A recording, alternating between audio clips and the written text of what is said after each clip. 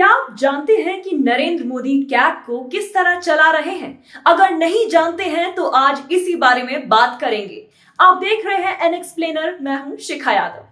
आपको वो विनोद राय याद है जो कैग के चीफ थे, जिन्होंने 2G स्पेक्ट्रम केस में लाखों करोड़ के हवाई घोटाले का आरोप लगाया था और इन्हीं फर्जी आरोपों के दम पर बीजेपी ने मनमोहन सिंह की अगुवाई वाली कांग्रेस सरकार के खिलाफ मोर्चा खोल दिया था। कांग्रेस को चुनावों में हार का सामना करना पड़ा, लेकिन नरेंद्र मोदी कैग को माफिया स्टाइल में चला रहे हैं। ये हम नहीं कह रहे हैं, ये कांग्रेस ने आरोप लगाया है। दरअसल मामला ये है कि कैग के 3 अधिकारियों ने आयुष्मान भारत स्कीम और द्वारका एक्सप्रेसवे में घोटाले और करप्शन का आरोप लगाया था, लेकिन नरेंद्र मोदी ने हाल ही में एक माफिया की तरह इन तीनों अधिकारियों को कैग से बाहर ट्रांसफर कर दिया है। द वायर ने लिखा है कि कैग के जिन अधिकारियों को ट्रांसफर किया गया है, उनमें से 2 ने द्वारका एक्सप्रेसवे और आयुष्मान भारत योजना में घपले का खुलासा किया था। एक तीसरे अधिकारी जिन्होंने आयुष्मान भारत स्कीम की ऑडिटिंग की शुरुआत की थी, उनका भी ट्रांसफर कर दिया गया है। मतलब यह है कि नरेंद्र मोदी सरकार इन तीनों अधिकारियों को बर्दाश्त नहीं कर पाई कि ये कैग में रहकर सरकार की योजनाओं में घोटालों का पर्दाफाश करें। कांग्रेस का आरोप है कि नरेंद्र मोदी 2014 के बाद से ही कैग पर शिकंजा कसते जा रहे हैं।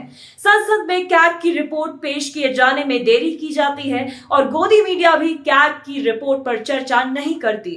कांग्रेस नेता जयराम रमेश ने इस मामले पर कहा कि मोदी सरकार माफिया स्टाइल में काम कर रही है। ये सरकार अपने आलोचकों को चुप कराने और उन्हें डरा कर रखने में विश्वास करती है। अगर कोई इनके घोटालों को एक्सपोज करता है तो डराया धमकाया जाता है या फिर हटा दिया जाता है, और हाल ही में कैग के 3 अधिकारियों के साथ ऐसा ही हुआ। बता दें कि द्वारका एक्सप्रेसवे और आयुष्मान भारत स्कीम में घोटाले की रिपोर्ट संसद के मॉनसून सत्र में पेश की गई थी, जिसके बाद विपक्षी पार्टियों ने मोदी सरकार के खिलाफ मोर्चा खोल दिया। जयराम रमेश ने कहा कि कैग की रिपोर्ट से खुलासा हुआ था कि द्वारका एक्सप्रेसवे में कॉस्ट इन्फ्लेशन 1400% है, टेंडरिंग में घोटाला हुआ है। इसके साथ ही हाईवे प्रोजेक्ट्स के 3600 करोड़ रुपए डाइवर्ट किए गए और भारतमाला स्कीम में कॉस्ट इन्फ्लेशन 60% बढ़ा है। इसके साथ ही कैग की रिपोर्ट से ही यह खुलासा हुआ कि आयुष्मान भारत स्कीम में मर चुके लोगों के नाम पर घोटाला हुआ है। योजनाओं का लाभ पाने वाले 7.5 लाख लोगों का मोबाइल नंबर एक ही था।